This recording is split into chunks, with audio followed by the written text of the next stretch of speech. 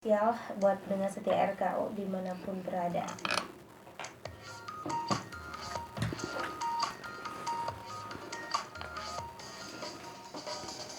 Oke, kita masih berdialog daerah, dialog interaktif dengan Dinkes dan KB, Keluarga Berencana, Dinas Kesehatan dan Keluarga Berencana bersama dengan Ibu Olis di sini mengenai mengelola keuangan keluarga di saat adaptasi hidup baru atau bisa dikatakan new normal, ya kan? Oke, tadi Ibu kita sudah membahas kira-kira ada 4 poin ya. Baru 4 ya, Kak Iya, Iva. baru 4 tentang bagaimana cara kita mengelola keuangan keluarga saat adaptasi hidup baru. Nah, keempat ini mudah-mudahan sudah bermanfaat buat teman-teman semuanya. Amin. Tapi masih ada lagi poin-poin yang lainnya yang harus kita bahas ya. Ya. Yang terakhir tadi kita dengan cara membuat anggaran ya. Iya. Membuat anggaran kembali dan juga disiplin tentunya terhadap apa yang telah kita buat tadi. Ya, pengeluarannya disiplin. Iya, pengeluarannya harus disiplin. Disiplin harus diterapkan. Betul. Kemudian kita masuk ke poin kelima ini, apa ini? Ya. Caranya. Baik, terima kasih Kak Iva. Insya Allah tipnya ini seluruhnya ada 10 tips ya Kak Iva. Ayah Bunda, tadi kita telah membahas 4 tips. Yang kelimanya, kalau tadi yang keempat membuat anggaran, ini lebih kepada anggaran secara keseluruhan, pengeluaran baik itu untuk kebutuhan sehari-hari, makanan, jajan, kebutuhan di luar makanan seperti bensin, kuota, kemudian gas, galon dan lain-lain. Namun yang tips yang kelima ini yang sangat-sangat penting juga untuk dapat kita lakukan, yaitu membuat rencana keuangan untuk memenuhi tujuan-tujuan keuangan masa depan. Oke, sama juga dengan membuat anggaran kayak gitu nggak? Iya, hanya saja ini lebih kepada rencananya gitu aja. Baru rencana gitu. Merealisasikannya itu di masa depan. Seperti itu. Kalau tadi anggarannya untuk kehidupan kita sehari-hari dan mungkin untuk dalam jangka waktu 1 bulan. Nah, yang kelima ini membuat rencana keuangan atau anggaran keuangan untuk tujuan-tujuan kita di masa depan. Seperti itu. Mungkin dengan cara tadi ya, mungkin ada yang uang sisa-sisa gitu ya. Ya. Yang itu untuk ditabung masa depan kayak gitu ya. Iya, dan tentunya mungkin sebagian besar kita ya, termasuk kita mungkin ya Kak Iva, kita nanti kalau ada sisa baru ditabung. Dan itu mindset yang salah ternyata Kak Iva. Oh gitu. Iya. Ya. Dan biasanya kita tidak ada sisa biasanya.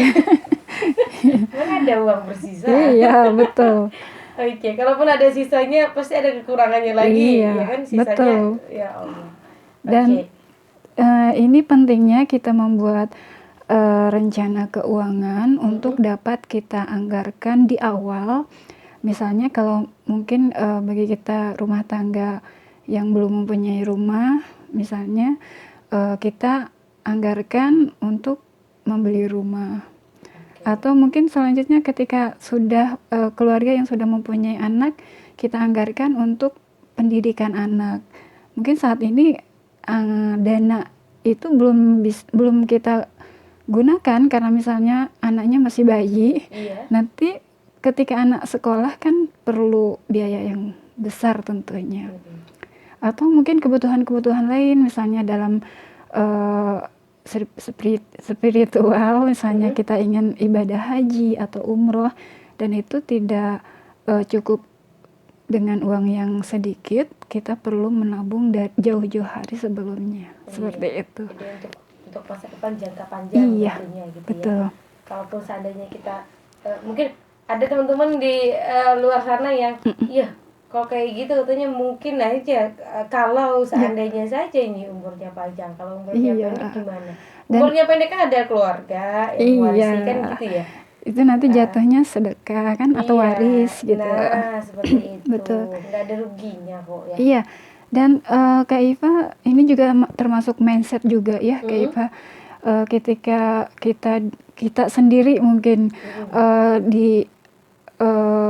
nasihati untuk misalnya tadi menabung untuk kebutuhan di masa depan, umur kita kan nggak tahu, bisa saja kita meninggal sebelum waktunya. Dan ini mindset seperti ini yang biasanya menghalangi kita untuk menabung untuk keperluan kebutuhan di masa depan tadi. Iya. Karena takut meninggal duluan. Dan padahal itu ada manfaatnya ya. Bisa Iya. jadi amal jariah untuk kita, ya kan? Betul. Atau bisa bermanfaat untuk keluarga kita yang kita tinggalkan. Iya. Atau Betul. bahkan ini bisa bermanfaat juga untuk kita ketika kita meninggal, untuk beli kain kafan misalnya.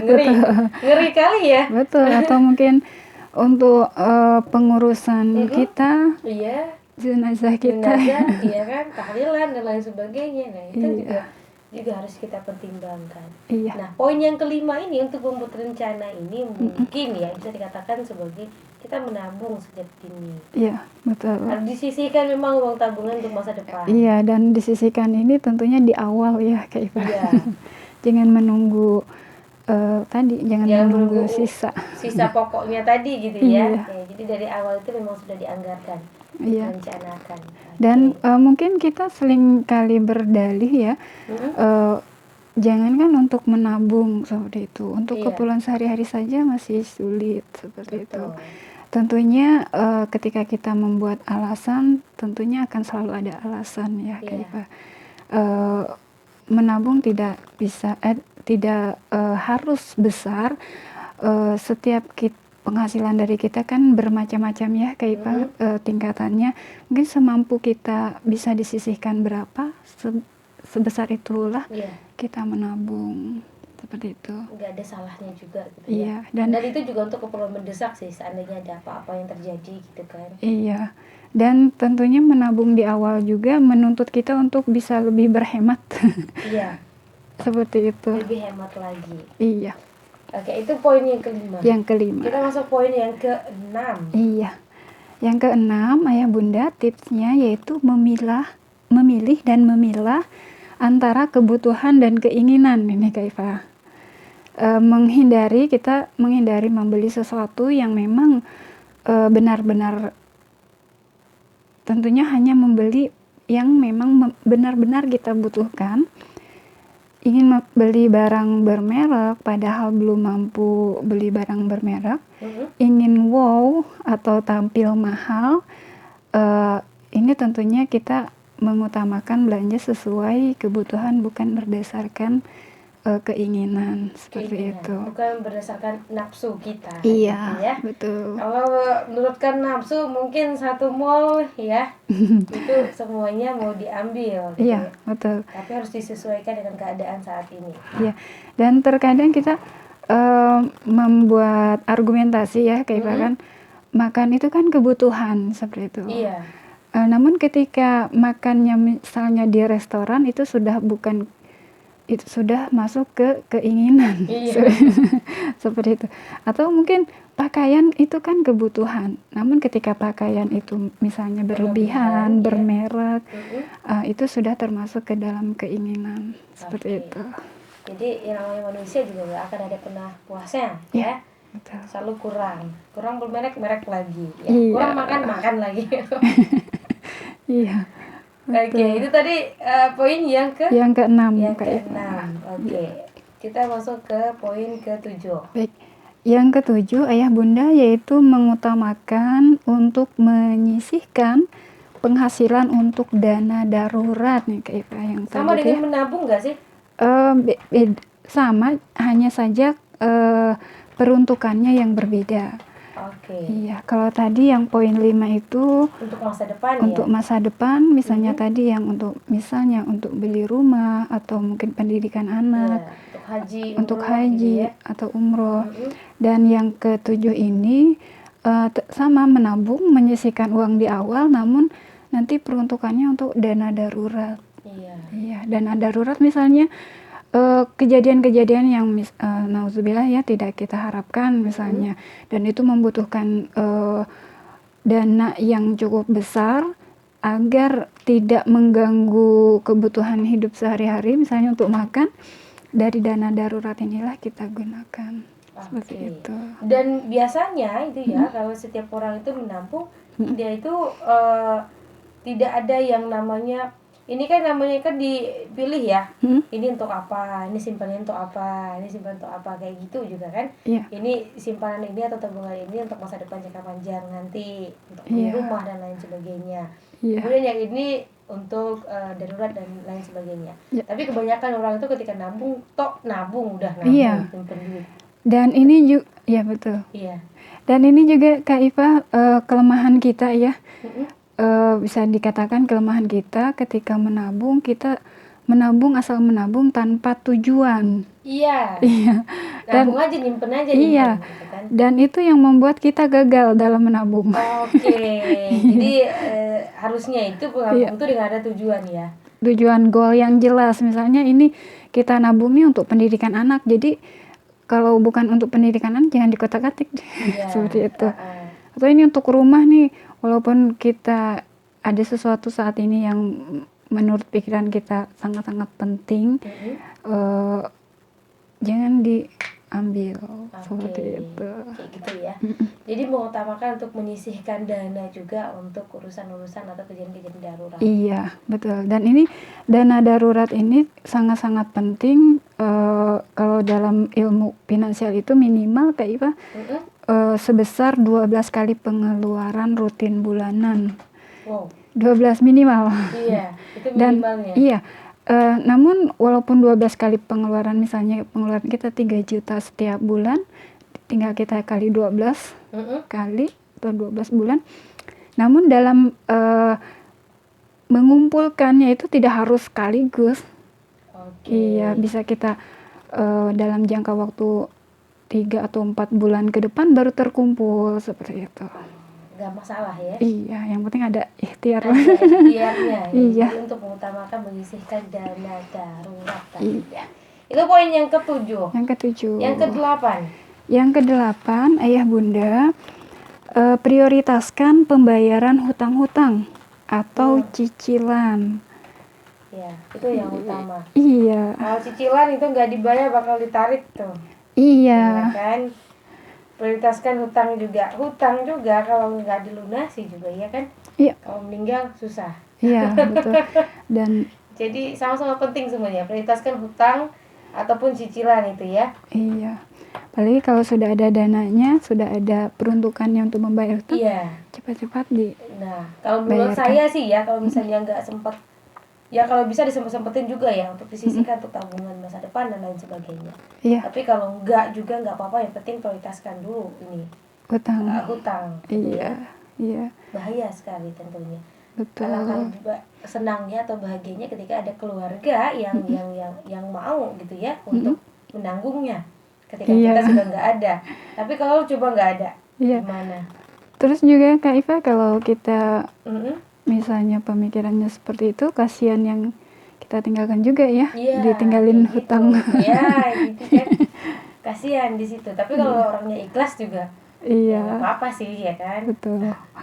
Saya masih sama ibu aja lah ya. Astagfirullah, belum apa-apa gitu ya. Betul. Oke, itu tadi poin yang ke-8. Yang ke-8. Iya, yang harus kita prioritaskan itu adalah hutang dan cicilan Iya. setiap bulannya. Ya. Betul. Dan ini tentunya dalam membuat anggaran ya Kak Iva, ini dijadikan anggaran wajib. Iya.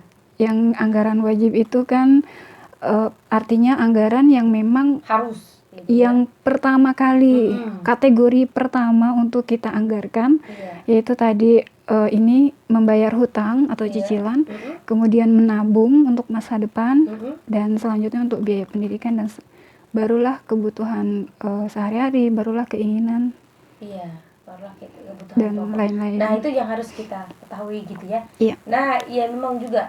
Jadi teman-teman mungkin ada yang bertanya, mungkin ya berpikir dari luar sana. Gimana cara apa dulu sih yang harus kita utamakan kayak gitu ya Iya. dalam mengelola keuangan ini? Iya. Ya tadi gitu ya. Jadi kita harus mengutamakan dulu, prioritaskan dulu hutang cicilan, Iya. kemudian tabungan dan lain Iya. sebagainya.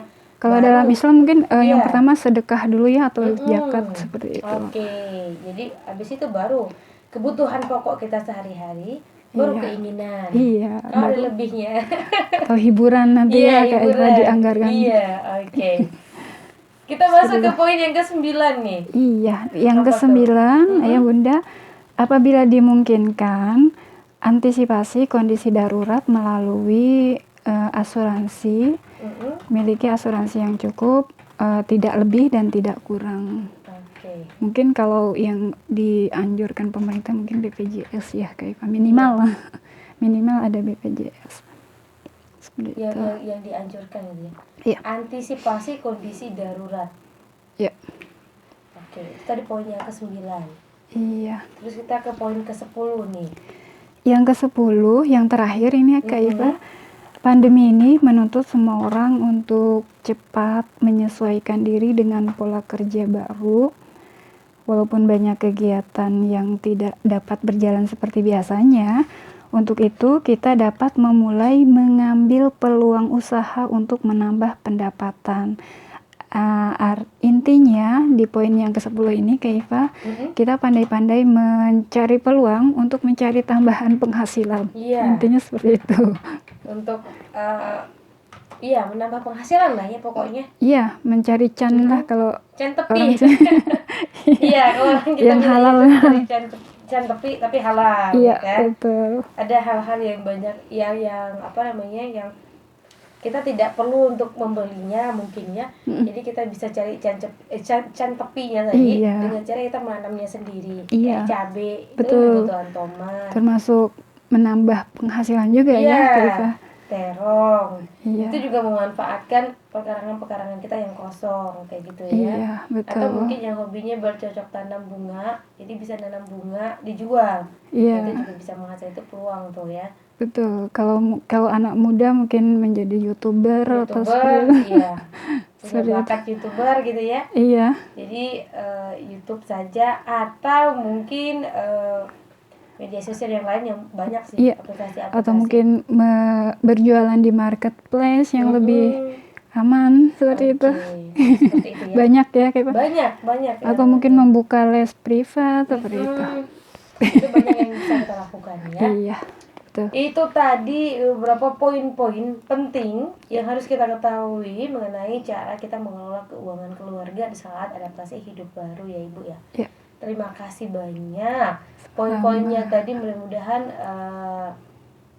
bisa juga diterapkan dalam kehidupan sehari-hari. Amin.